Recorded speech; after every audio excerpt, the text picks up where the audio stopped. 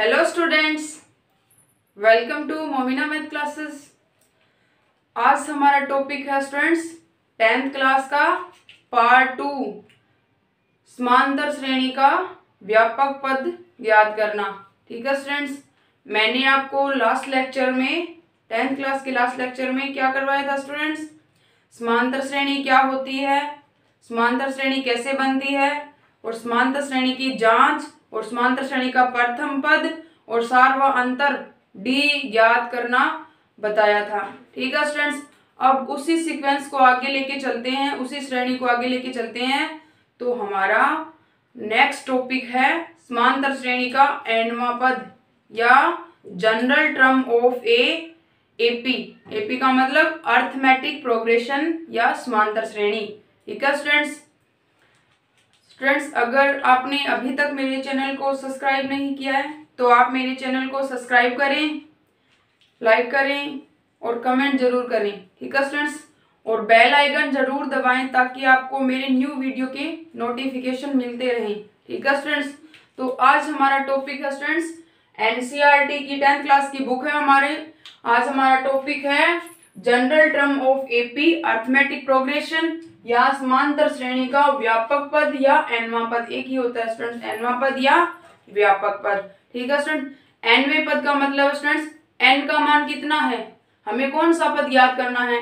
n बराबर 10 है, n बराबर 20 है, n बराबर 5 है, मतलब हमें क्या फाइंड करना है, उसका जनरल टर्म फाइंड करना है, व्यापक पद याद करना है। ठीक है स्टूडेंट्स, मैंने आपको लास्ट लेक्चर में व्यापक श्रेणी जनरल प्रोग्रेशन के बारे में बताया था, उसी पर आधारित है स्टूडेंट्स इसका nवां पद।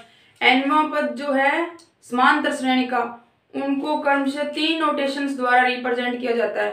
पहले मैं आपको फॉर्मूला लिख के बताती हूँ स्टूडेंट्स, फिर वो फॉर्मूला कैसे आता है वो बताऊंगी और फिर उस पर आधारित एग्जाम्पल और कुछ क्वेश्चंस मैं आपको करवाऊंगी, जिससे एक्सरसाइज 5.2 हमारी स्टार्ट हो जाएगी। ठीक है स्टूडेंट्स, तो क्या है स्टूडेंट्स समांतर श्रेणी का nवां पद, nवें पद को स्टूडेंट्स Tn से भी लिखते हैं, मतलब nth टर्म, nवां पद, टर्म का मतलब पद, nth मतलब nवां, Tn का मतलब होता है स्टूडेंट्स nवां पद। Tn बराबर फॉर्मूला होता है students a plus n minus 1 into D, जहां पर a तो है प्रथम पद, nवां पद, n क्या है पदों की संख्या, कौन सा पद ज्ञात करना है, और डी क्या स्टूडेंट्स सार व अंतर, कॉमन डिफरेंस। लास्ट लेक्चर में बताया था समांतर श्रेणी के प्रथम पद में जो समान संख्या या नियत संख्या ऐड होती है, जिनसे समांतर श्रेणी बनती है, वो नियत संख्या क्या होता है स्टूडेंट्स, उसका सार व अंतर डी होता है। ये नियत संख्या ऐड करते जाते हैं तभी श्रेणी बनती है स्टूडेंट्स, या घटाते जाते हैं तभी श्रेणी बनती है। तो ये क्या है, प्रथम पद, n पदों की संख्या और d सार व अंतर।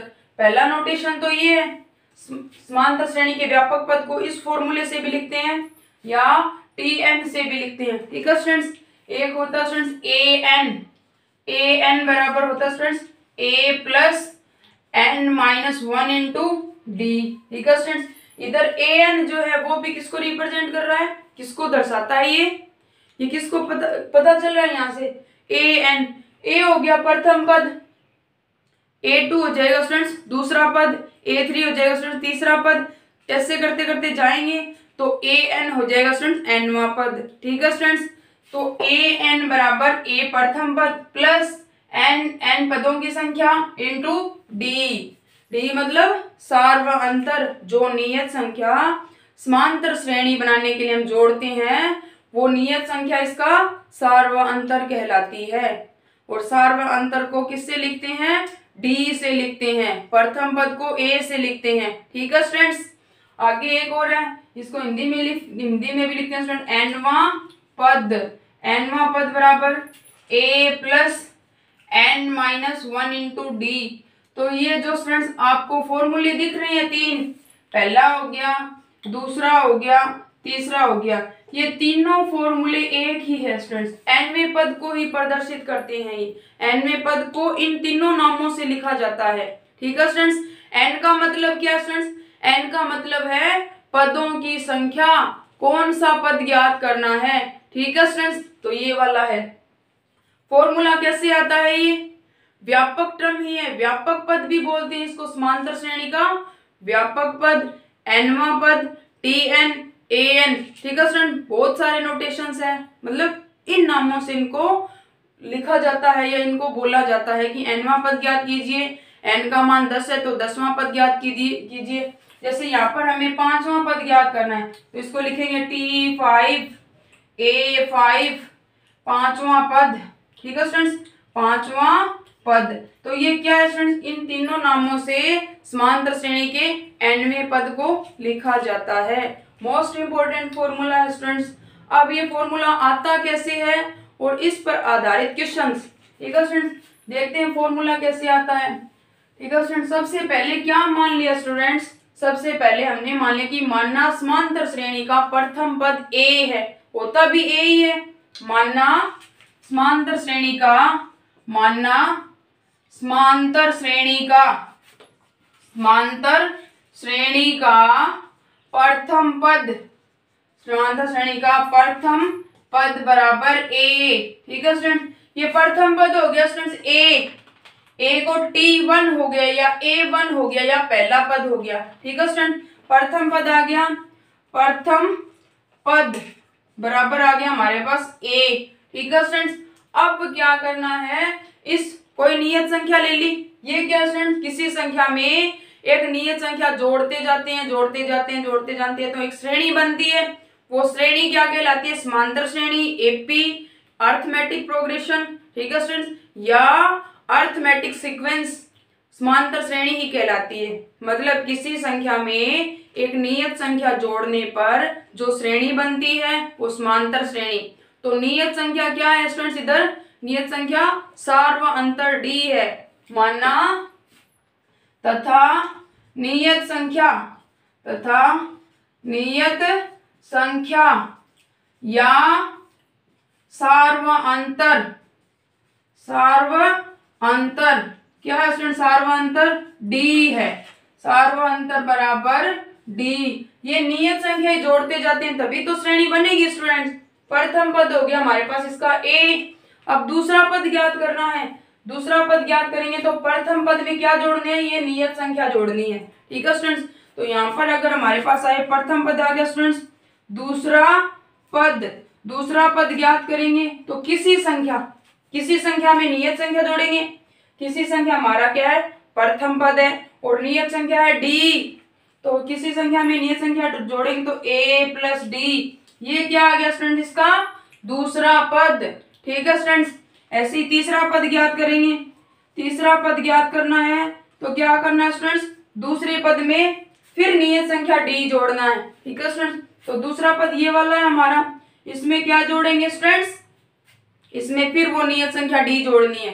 क्योंकि किसी संख्या में नियत संख्या जोड़ते हैं, फिर उस संख्या में फिर नियत संख्या जोड़ते हैं, फिर उस संख्या में फिर नियत संख्या जोड़ते हैं, तो ऐसे क्या बनती है हमारी समांतर श्रेणी।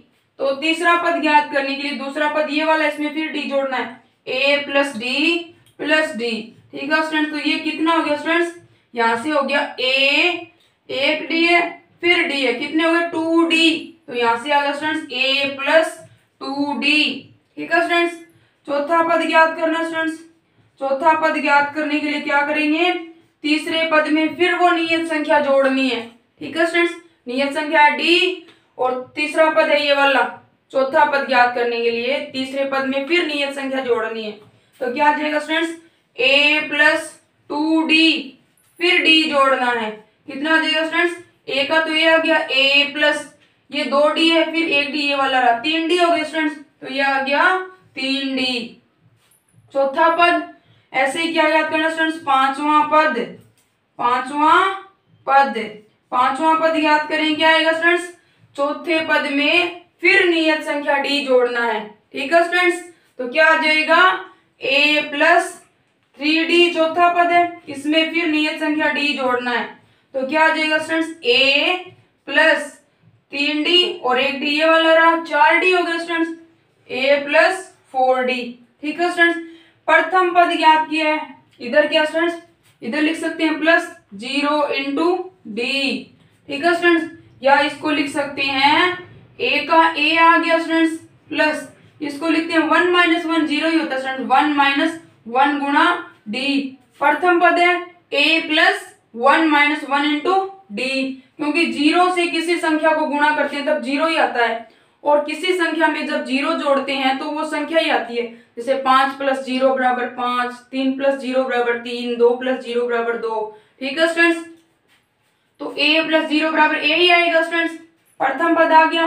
अब दूसरा पद देखो स्टूडेंट्स, ये वाला है दूसरा पद, दूसरा पद 2, और इधर डी के साथ किसका गुणा स्टूडेंट्स, 1 का गुणा है स्टूडेंट्स, 1 का गुणा। तो इसको क्या लिख सकते हैं स्टूडेंट, दूसरे पद के लिए ए प्लस दूसरा 2, तो 2 माइनस 1, 2 माइनस 1 क्या आएगा स्टूडेंट्स, 1, ए गुणा डी। तो वापस यही टर्म आई स्टूडेंट, क्योंकि 2 में से 1 जाएगा तो 1 बचेगा, और 1 को डी से गुणा करेंगे तो क्या आएगा स्टूडेंट, डी ही आएगा, आएगा स्टूडेंट डी, क्योंकि 1 गुणा डी बराबर डी। ठीक है स्टूडेंट, ये वाला ही होता है।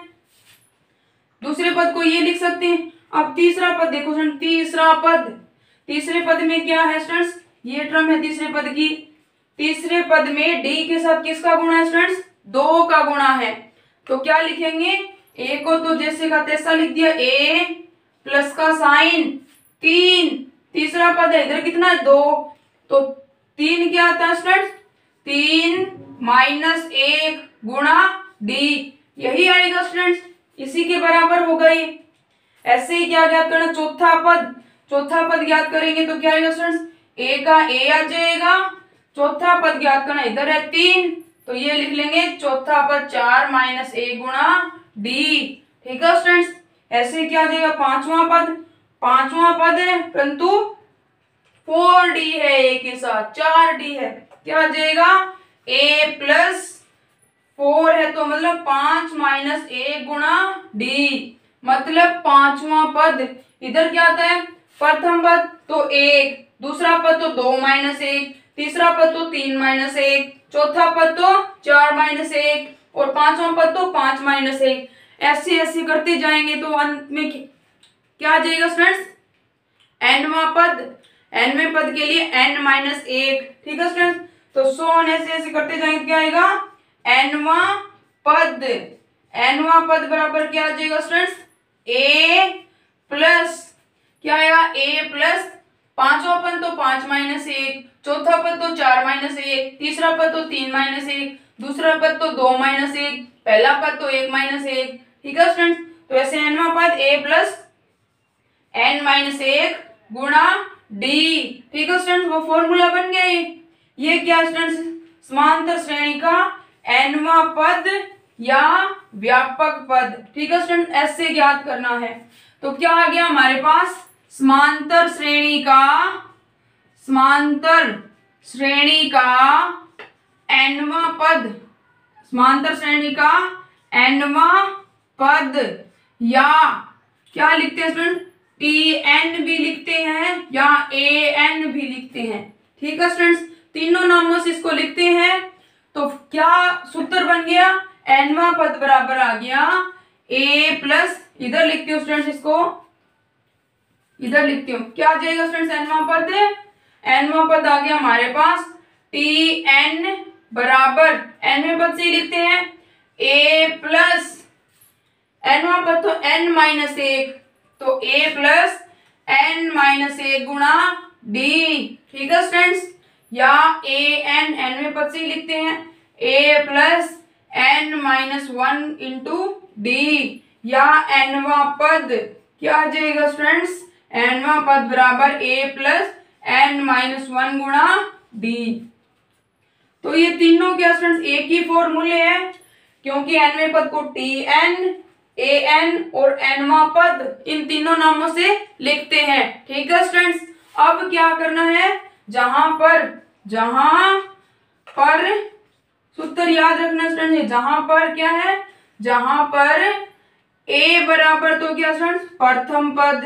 ठीक है स्टूडेंट्स, प्रथम पद है, और n बराबर क्या स्टूडेंट्स, पदों की संख्या, मतलब कौन सा पद ज्ञात करना है, 5वां ज्ञात करना है, 6वां ज्ञात करना है, 10वां ज्ञात करना है, 20वां ज्ञात करना है, 18वां ज्ञात करना है, ऐसे पदों की संख्या। तो n पदों की संख्या। ठीक है स्टूडेंट्स, n का मान बराबर क्या होगा, पदों की संख्या। और d बराबर क्या होगा स्टूडेंट, नियत संख्या या सार्वअंतर, नियत संख्या या सार्वअंतर। और सार्वअंतर कैसे ज्ञात करते हैं स्टूडेंट्स, मतलब आगे वाली संख्या माइनस पीछे वाली संख्या। ठीक है स्टूडेंट्स, अब क्या करना है, अब क्या करना है स्टूडेंट्स, अब क्या है, इससे संबंधित एक क्वेश्चन है जिससे आपको ये अच्छी तरह समझ में आ जाएगा। ठीक है स्टूडेंट्स, क्वेश्चन है हमारा, क्या है स्टूडेंट्स क्वेश्चन, क्वेश्चन है हमारा एक, या बोलूं एग्जाम्पल नंबर 4 है, एग्जाम्पल नंबर 4 है, फिर एक्सरसाइज का क्वेश्चन करवाऊंगी। ठीक है स्टूडेंट्स, एग्जाम्पल नंबर 4 है, समांतर श्रेणी 10, 7, 4 का 30वां पद और nवां पद ज्ञात कीजिए।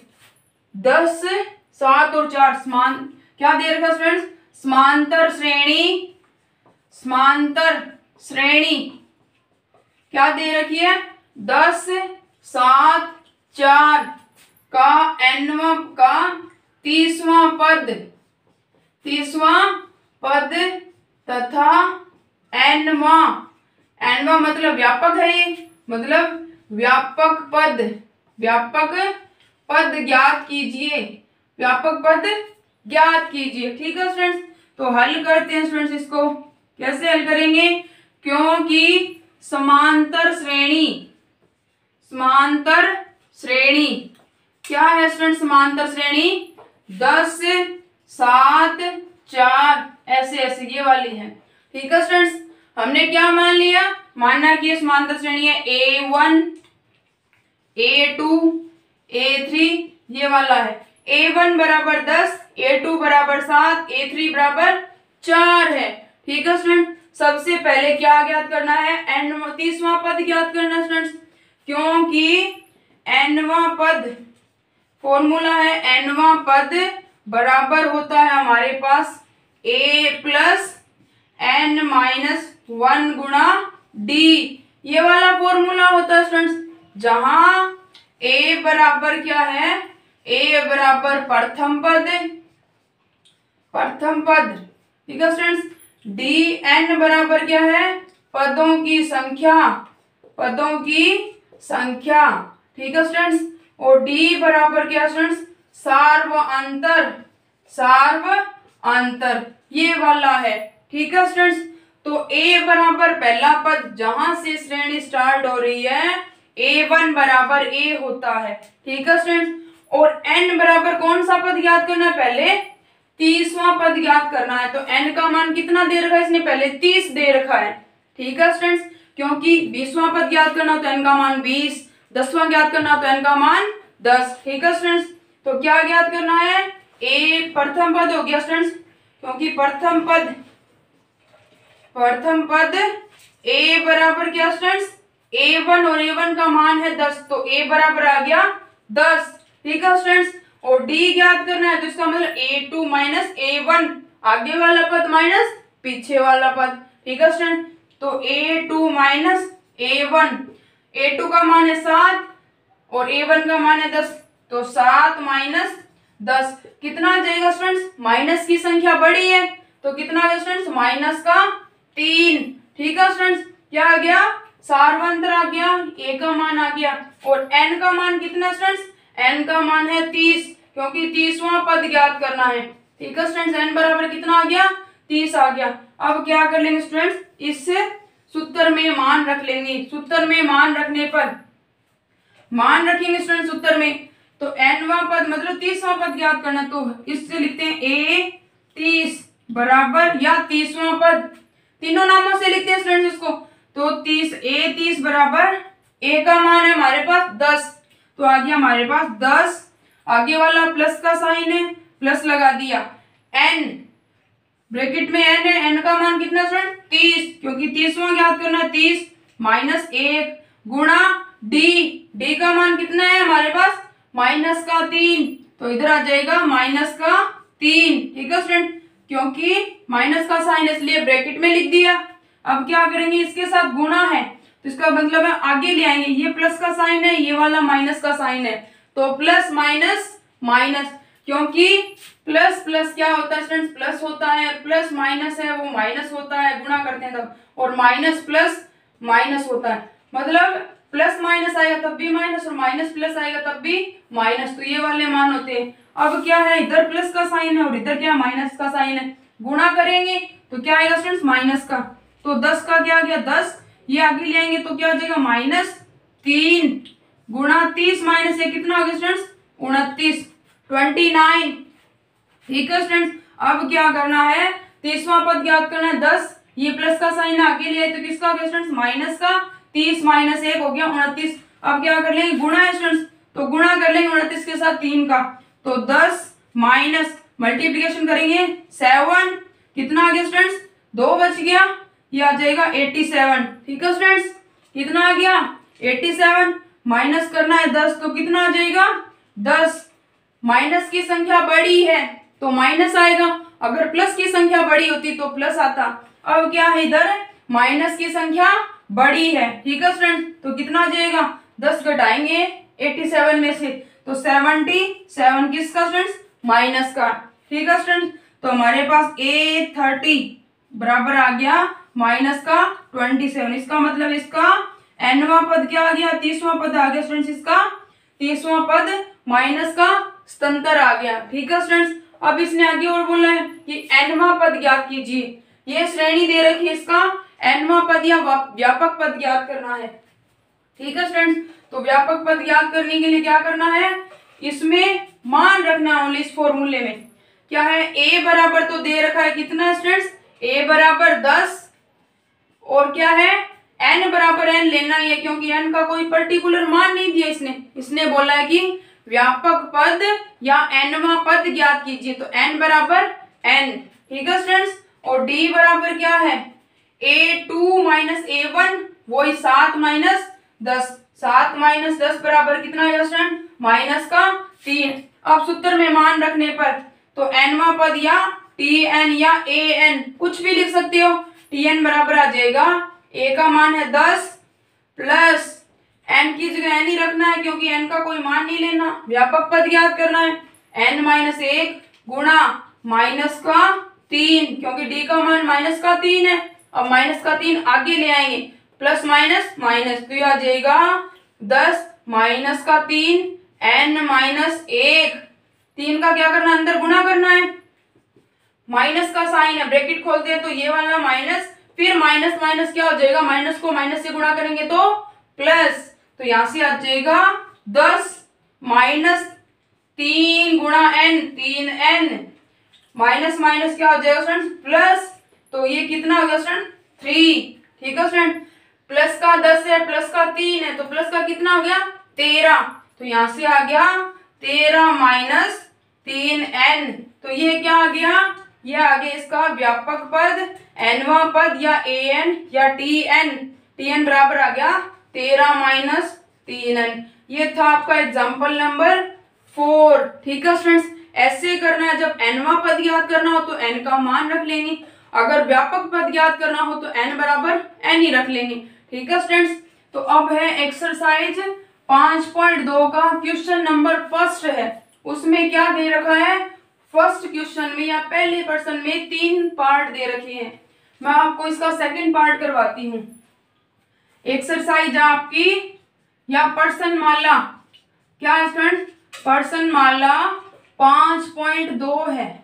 ठीक है स्टूडेंट्स, 5.2 का क्वेश्चन नंबर पहला पर्सन है, पहले पर्सन का दूसरा भाग है।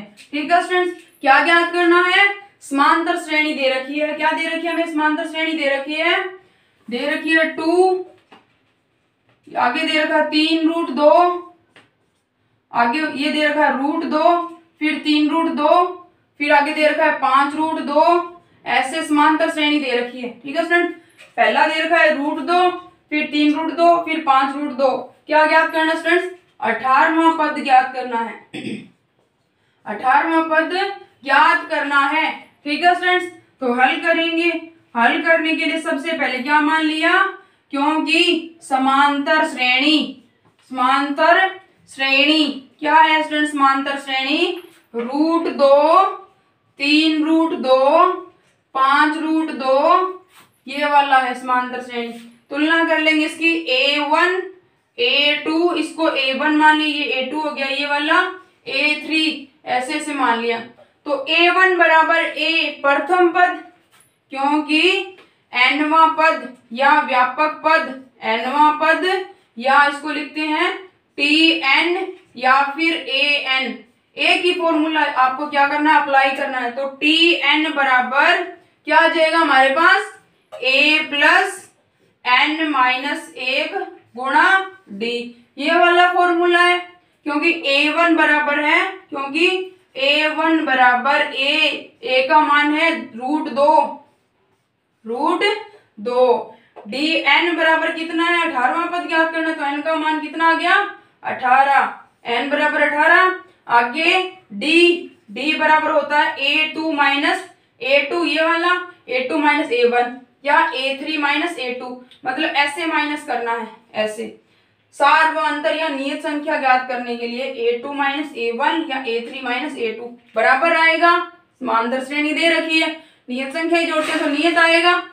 तो क्या आ जाएगा, A2 माइनस A1, A2 का मान है 3√2 माइनस √2।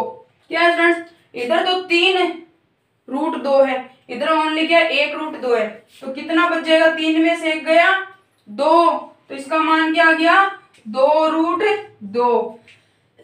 या इसको लिख सकते हैं √2 इधर भी है और इधर भी है, बीच में माइनस का साइन है, √2 कॉमन ले लेंगे तो इधर बच गया 3, इधर बच गया 1, और √2 क्या ले लिया, बार, तो इसका मान क्या आ गया, 2√2।